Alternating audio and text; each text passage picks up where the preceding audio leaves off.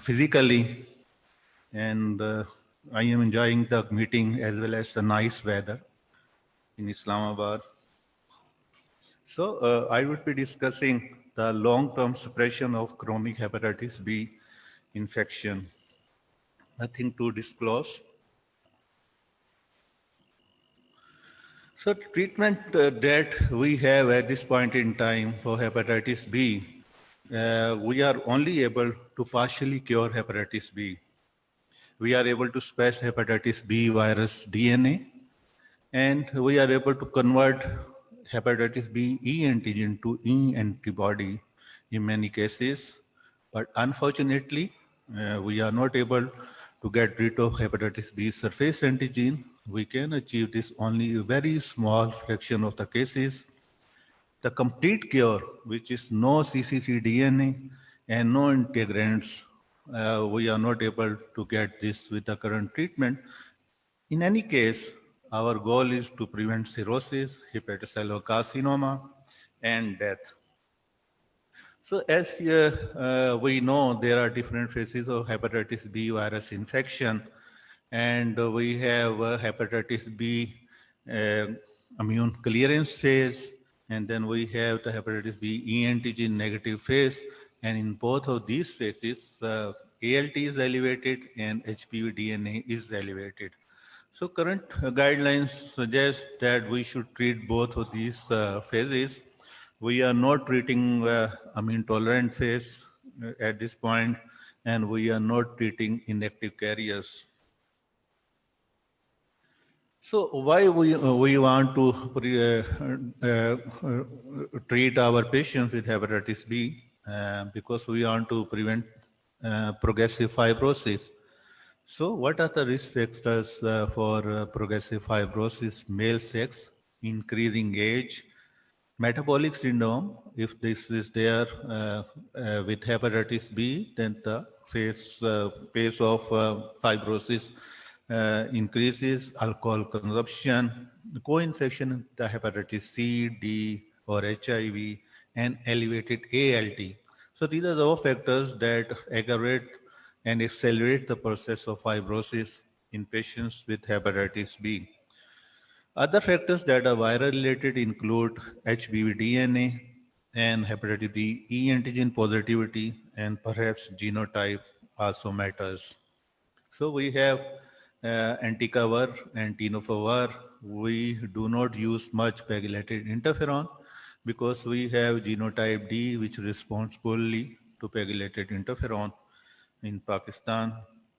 And we cannot use pegylated interferon in cirrhotic patients in advanced fibrosis and decompensated cirrhosis. So as I mentioned that when there is elevated ALT, which we see in patients with active phase or E antigen negative hepatitis B, this is associated with progressive fibrosis, and the pace of fibrosis increases with elevated ALT. Not only elevated ALT, but HPV DNA also does matter. That's why the guidelines show that if the ALT is elevated and HPV DNA is elevated, you should treat your patients. The risk of cirrhosis increases with elevated HPV DNA, and risk of hepatocellular carcinoma also increases. Greater the HPV DNA, more is the chance one will develop hepatocellular carcinoma. So if we treat our patients with hepatitis B, so long-term treatment is associated with decrease in the progression of disease, decreased risk of decompensation, and decreased chances of getting liver transplants. So many of these patients may get off the liver transplants list. There is reversal of inflammation when we treat these patients with tenofovir, and it has also been shown there is regression of fibrosis and cirrhosis in these patients. Not only with tenofovir, but studies are also there with anti-cover, where there is reversal of inflammation and regression of cirrhosis and fibrosis. So if you are able to implement hepatitis B treatment programs, so here I am talking about treatment, not the prevention. So even the treatment programs, if you see that you are able to decrease SCC mortality through national viral hepatitis therapy programs, and this is an example from Taiwan that they have shown that liver-related outcomes can be decreased if you are treating your hepatitis B patients. So this is a retrospective study in which 20,000 patients were recruited. 11% of these patients were cirrhotic patients, and 17,500 had the complete suppression with hepatitis B therapy. 376 lost their surface antigen, and when there was viral suppression, the incidence of all outcomes, including decompensation, liver transplantation, and liver-related mortality, decreased significantly. There was also decrease in the SCC incidence, but for SCC incidence to decrease significantly, it is important that one should have a loss of hepatitis B surface antigen as well. So this is a graphic presentation that shows that hepatic events, liver-related mortality, and HCC all decrease if you suppress HPV DNA, and if you are able to suppress a hepatitis B surface antigen, the HCC incidence further decreases. So when you are treating your hepatitis B patients, you may not get the significant results in the first 5 years of a decrease in the incidence of hepatocellular carcinoma in cirrhotic patients. But if you continue treatment in the long run, it is clear that after 5 years, the benefits of long-term therapy become more evident in cirrhotic patients with hepatitis B. So if you do not treat your patients, what happens? As this has been shown in different studies, that some of the patients you do not treat because guidelines do not suggest to treat these patients. If you leave these patients without treatment, then the risk becomes of hepatocellular carcinoma much more as compared to the patients who are being treated according to the guidelines. So these are studies. Then question either whether to give tenofovir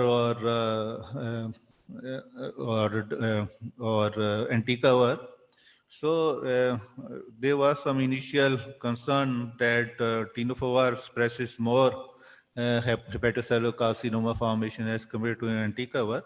But later on, this became clear that if you adjust your variables with age, sex, country, albumin, platelets, alpha-fetoprotein, cirrhosis, and diabetes, then both drugs are equally effective. And this is also evident from the data that has come from Europe. So we have to keep our patients on long-term suppression of HBV DNA to reduce the risk for hepatocellular carcinoma. And this is the meta-analysis which shows the cumulative risk of 2.8% in the treated patients as compared to 6.4% in the untreated patients. So what are the successes of long-term suppression with current hepatitis B virus monotherapy? There are excellent virologic biochemical responses. Progression to cirrhosis is prevented, and in some cases, you are able to document the regression of cirrhosis. Decomposition is prevented and improved, and there is improvement in fibrosis, portal hypertension, and overall survival. Hepatocellular carcinoma incidence risk is decreased, though this is not abolished because with the current treatment, we are not able to suppress effectively hepatitis B surface antigen. But there are limitations with long-term suppression with current hepatitis B virus monotherapy. There are safety issues with tenofovir in the long-term therapy, uh, especially the creatinine clearance and osteoporosis that may be there. So now there are improved forms of tenofovir, which is alafenamide therapy. Partial viral response is seen in highly viremic patients. Some of these patients, we are not able to fully suppress the virus. the risk of residual hepatocellular carcinoma remains there even with a long-term therapy because this therapy is not able to get effectively suppress hepatitis B surface antigen because there are low rates of surface antigen loss. We are not able to eradicate CCC DNA or integrated HPV DNA, and long duration of therapy is required, resulting in high cost, potential drug resistance, and prolonged adverse events. So here comes the issue that immunotolerant patients who have the normal ALT, but they have the elevated HBV DNA virus, much elevated. Why do we not treat these patients? Because as I mentioned, that HPV DNA viral load is directly related to hepatocellular carcinoma formation. So this is a new debate that what should we do. So there is now some paradigm shift for immunotolerant patients, as I mentioned, and that current guidelines do not effectively address this issue. So this is one of the study which shows that if you treat these immunotolerant patients, you are not able to completely suppress HPV DNA, which is less than 69 international unit per milliliter after 4 years of therapy. So only in half of the patients you are effectively, you are able to suppress effectively. And seroconversion in immunotolerant patients is hardly documented. So they remain E antigen positive most of the cases. But the good thing is that you are able to suppress HPV DNA and there is much log reduction in the viral load. So there are arguments against treating immunotolerant patient. As I mentioned, there is very low hepatitis B E antigen seroconversion. Indefinite treatment may be required. Virus suppression may not be complete. There is a possibility that if you keep on giving drugs, patient may develop resistance. What are the safety issues of long-term therapy with antiviral therapy? With the antiviral therapy, as I mentioned about tenofovir also. Patients do well in the short term and intermediate term, even without treatment. Then why to put these patients on the treatment? There is not enough evidence that long-term outcomes may be altered with the treatment, and the therapy may be expensive. But if you see the other side of the coin, that this is a study, which is the study from Korea, in which they have seen patients who are the immunotolerant patients. Immunotolerant means high viral load but normal ALT. If you compare these patients with the patients who are actively treated, you can see that the incidence of hepatocellular carcinoma is much higher in immunotolerant patients as compared to the treated patients. So this makes a point of treating hepatocellular of treating immunotolerant patients with hepatitis B. So there are arguments in favor of immunotolerant chronic hepatitis B treatment. Though we know that intermediate and short term, there may not be much change, but long term outlook may change. Though we are not certain, but I have mentioned that long term we are able to suppress hepatocellular carcinoma formation. So we have to treat these patients, but jury is still out. And many of these patients, immunotolerant patients, because they are not in the regular follow-up, they may go in the immune active phase, and active damage may start in these patients. And as we know, even ALT normal patients have advanced fibrosis. So this goes in favor of treating these patients. So last part is when to discontinue therapy. So as I mentioned, the long-term suppression is good for hepatitis B virus patients, but should we continue indefinitely for lifetime? Then there are different guidelines for hepatitis B E antigen positive patients. You have to confirm the surface antigen loss, which is not possible in most of the cases. And second option is you document a E antigen seroconversion from E antigen to E antibody, and then give a consolidation phase. You keep on giving therapy, don't stop the therapy, And then you see, because if you stop the therapy early, then patients will go back into high relapse rates. So to prevent the relapse is very important, and the consolidation therapy will be given, and this is more so in the patients who are more than 40 years of age. You have to give solid consolidation therapy of up to 18 months, because if you do not give consolidation therapy effectively, even after the seroconversion, then there is a high chance of high relapse uh, in hepatitis E antigen positive patients. For E antigen negative patients, you give therapy for 3 to 4 years at least, and you document that there is complete suppression of hepatitis B virus DNA, and then you may consider, but you should not try this in patients who are the cirrhotic patients. So what happens if you stop the therapy in these patients? Then there is a flare, which happens to almost all of these hepatitis B antigen positive patients.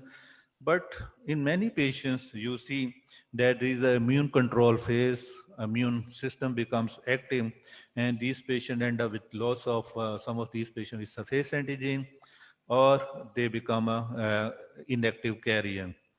So you had treated your patients for more than 3 years with complete virus suppression, and now you stop. Then after a lag period of 1 to 12 months, then flare occurs in these patients, which is a universal phenomena. And this flare lasts for a few months. Then you have to assess your patients and keep these patients in observation, because 20% of these patients may lose their hepatitis B surface antigen, which is a good sign. Some of these patients, about 40%, may not require treatment, but about 40% would be needing retreatment. So this is another study which shows that if you stop therapy, there is reactivation, but about 19% will achieve hepatitis B surface antigen loss at 144 weeks, which is 3 years after stopping the treatment, and 60% would remain off therapy, but 40% would require treatment. This is a daring study. Here you can see when you stop the therapy, then you have to carefully watch your patients, because after the patients who have the surface antigen loss, you can see in the blue bar, and their number keep on increasing for 12 months, and then you get about 20% loss of the surface antigen. So this is an experiment which may be tried in selected patients. So this is the further details of daring study. So what should be the stopping rule? So a stopping rule is that you have to watch for any flares. You give treatment for 4 years at least in hepatitis B E antigen patients, and there should be 3 years of complete suppression of hepatitis B virus infection, and then you observe these patients, you observe for good flares and bad flares. So good flares are the flares that are going to clear the virus, surface antigen, and bad flares are when ALT is more than 10 times upper limit of normal, or for more than 5 times, with increase in the bilirubin and prolonged porothrombin time. These are the severe flares. You should start retreatment. Another possibility is that patient may not go into the severe flare, but a patient may become a chronic hepatitis B patient again, requiring treatment. So, concluding my presentation, chairpersons, uh, some take-off messages are there that in E antigen positive patients, patients with advanced fibrosis and cirrhosis require indefinite therapy, and otherwise, if the patient is of less than 40 years of age, patient has not cirrhosis, then greater than 12 months of consolidation should be given after E antigen seroconversion, and then you may consider stopping therapy in these patients, but look for any flares even after stopping therapy in E antigen seroconverted patients. For E antigen negative patients, Those who have advanced fibrosis, do not do any experiment. Keep these patients on indefinite hepatitis B suppressive therapy. But if the patient is not cirrhotic, patient is young, then keep these patients under observation after stopping therapy, after you have given 4 years of antiviral therapy and 3 years of virus suppression. Then 20% of these patients may lose their surface antigen and 60% may remain off therapy. For immunotolerant patients,